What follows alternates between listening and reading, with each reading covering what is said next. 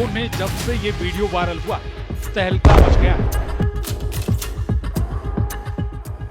हारते हुए जेलेंस्की का ऐसा वार देखकर व्लादिमीर पुतिन और उनके कमांडर हैरान। इस वीडियो में दिखाया गया है कि जेलेंस्की के ड्रोन ने कैसे रूस के T-80 टैंक को ना सिर्फ उड़ा दिया, जब कयास लगाए जा रहे हैं कि ट्रंप के हाथ खींचने पर जेलेंस्की सरेंडर कर देंगे, तब इस तरह के वीडियो रूस के कमांडरों की नींद उड़ाने के लिए काफी है। वॉरजोन में अचानक पुतिन के टैंक फटने लगे हैं, जलने लगे हैं, लेकिन पूरी ताकत दिखाने के बाद भी जेलेंस्की को बड़े झटके मिलने जारी।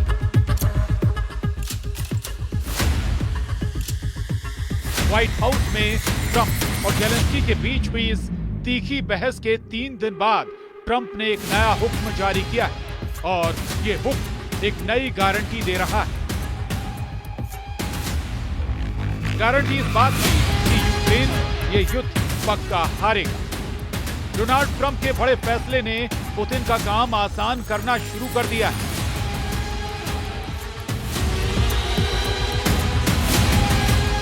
डोनाल्ड ट्रंप ने उस हाईवे को बंद कर दिया है जिससे यूक्रेन तक अमेरिका के हथियार पहुंचाए जा रहे थे।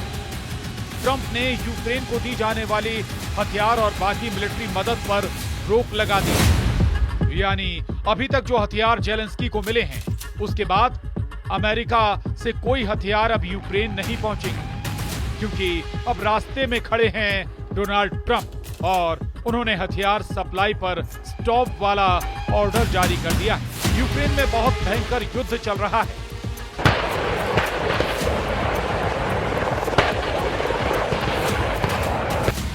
रूस के कुर्स्क में भी बहुत खतरनाक जंग जारी और ट्रंप को तो इस बात का यकीन है कि जेलेंस्की युद्ध खत्म नहीं करना चाहते। इसीलिए व्हाइट हाउस की तरफ से कहा गया है कि जेलेंस्की नहीं चाहते कि जब तक उन्हें अमेरिका का समर्थन हासिल है तब तक शांति हो। ये जेलेंस्की की तरफ से दिया गया सबसे खराब बयान है। अमेरिका इसे बर्दाश्त नहीं करेगा। और फिर डोनाल्ड ट्रंप ने उस सड़क का फाटक बंद कर दिया जिस रास्ते से यूक्रेन हथियार पहुंचाए जाते हैं। यानी ट्रंप का ऐलान, अब यूक्रेन को नहीं मिलेंगे अमेरिका से हथियार।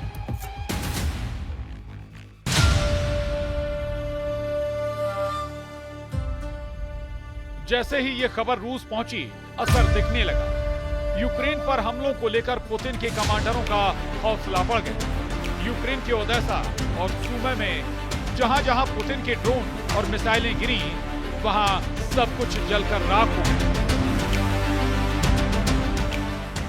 पुतिन मारियुपोल में 2022 में ही कब्जा कर चुके हैं।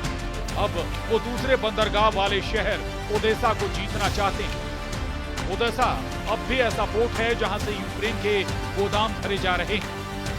यही वजह है कि पुतिन के कमांडरों ने हाल के हमलों में ओदेसा को लगातार अपने टारगेट पर रखा है। पुतिन की सेना समुद्री रूट पर कब्जा करके यूक्रेन को दुनिया से काट देना चाहती है। इसीलिए पुतिन की आर्मी ने लगातार ओदेसा के ऊपर दबाव बनाया हुआ है। लेकिन इस वक्त पुतिन की नजर नीप्रो नदी पर भी है।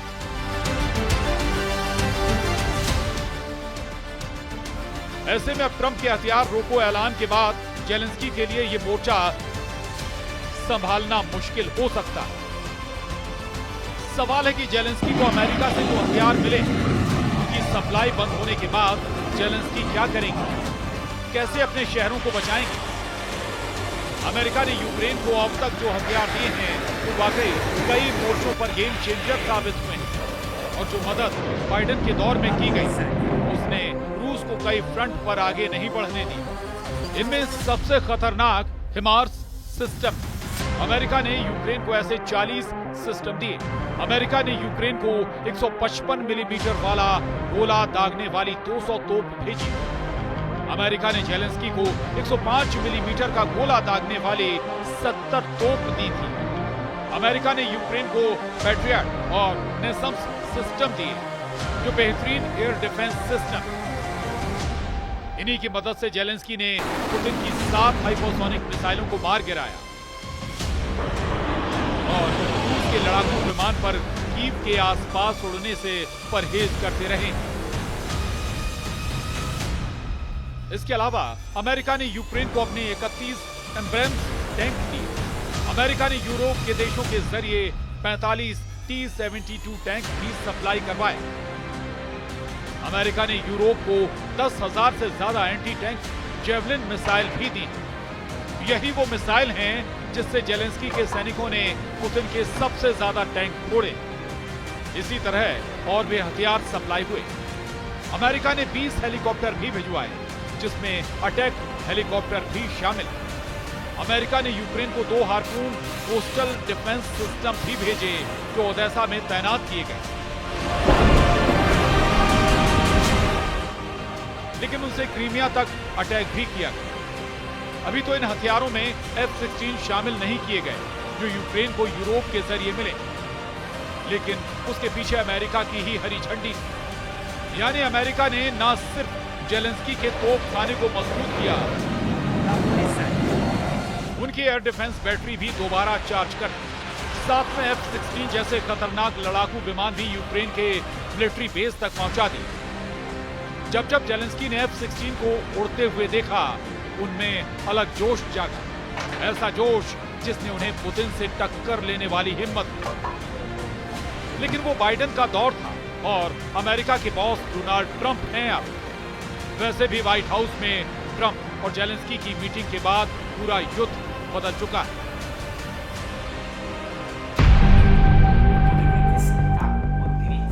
अब बड़ी खबर यह है कि यूक्रेन ने रूस की सेना पर बहुत बड़ा दावा किया है। खेरसोन में जेलेंस्की के कमांडरों का दावा है कि डिप्रो नदी के मोर्चे को रूस किसी भी कीमत पर जीतना चाहता है। यूक्रेन का दावा है कि रूस के कमांडर यहां सैनिकों को आत्मघाती मिशन अंजाम देने का ऑर्डर दे रहे हैं। इस हाई रिस्क जोन में पुतिन ने हमले बढ़ाने का ऑर्डर दिया। खेरसोन की जमीन ने खूब जाने ली और यहां नुकसान सिर्फ रूस का ही नहीं हुआ, यहां यूक्रेन के फौजी भी बड़ी तादाद में मारे गए। जब पुतिन ने 2022 में यूक्रेन में युद्ध शुरू किया, तब उसका सबसे बड़ा लक्ष्य था क्राइमिया को रूस के मेनलैंड यानी मुख्य भूमि से जोड़ना। इसके लिए खेरसोन और मारियुपोल पर कब्जा जरूरी था। यहीं से पुतिन हाईवे बनाकर क्राइमिया तक पहुंचना चाहते थे। लेकिन खेरसोन की जंग आसान नहीं रही। जब से यूक्रेन की सेना को अमेरिका से हाइमार्स रॉकेट सिस्टम मिला, रूस की इस इलाके पर पकड़ ढीली होती गई। बाद में दूसरे हथियारों से भी यूक्रेन की सेना की रेंज बढ़ती गई और पुतिन की सेना को कई मोर्चों पर पीछे भी हटना। सवाल है कि अब जेलेंस्की क्या करेंगे, क्योंकि अमेरिका ने यूक्रेन को बड़े बड़े हथियार ही नहीं दिए। हालांकि ट्रंप ने जब से हथियार रोके हैं, जेलेंस्की के युद्ध को लेकर सुर बदल गए। अमेरिका ने जेलेंस्की के जवानों की छोटी छोटी जरूरत भी पूरी की। उनकी वर्दी से लेकर उन्हें जिन कलपुर्जों की जरूरत थी, वो भी अमेरिका ने पहुंचाए हैं। -डिग्री तापमान में भी जेलेंस्की की फोर्स अगर मोर्चे पर डटी रही, तो उसकी वजह अमेरिका से पहुंचने वाली रसद रही है। वैसे ये खबर इस वक्त यूक्रेन की हेडलाइन है। वहां के तमाम चैनलों पर यही मुद्दा छाया हुआ है। ट्रंप के हथियार रोकने वाले आदेश से यूक्रेन को बहुत ज्यादा दर्द हो रहा है, इसमें कोई शक नहीं। वैसे ट्रंप ने अपने इरादे राष्ट्रपति पद की शपथ लेने से पहले ही जाहिर कर दिए। अमेरिका ने नवंबर में ही यूक्रेन को अटैकम मिसाइल इस्तेमाल करने की मंजूरी दी थी। यानी 300 किलोमीटर की रेंज तक वाला वार जेलेंस्की के लिए करना आसान हो जाता। तब ट्रंप ने इसे बाइडेन की बहुत बड़ी गलती बताया था। वैसे इन हथियारों के बावजूद पुतिन ने अपने युद्ध में कोई कमी नहीं बरती।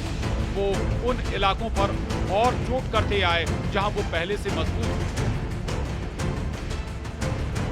यूक्रेन के नक्शे पर ये ईस्ट कॉरिडोर देखिए, यानी डॉनबास का वो रीजन जहां लुहांस्क और डोनेस्क इलाके आते हैं।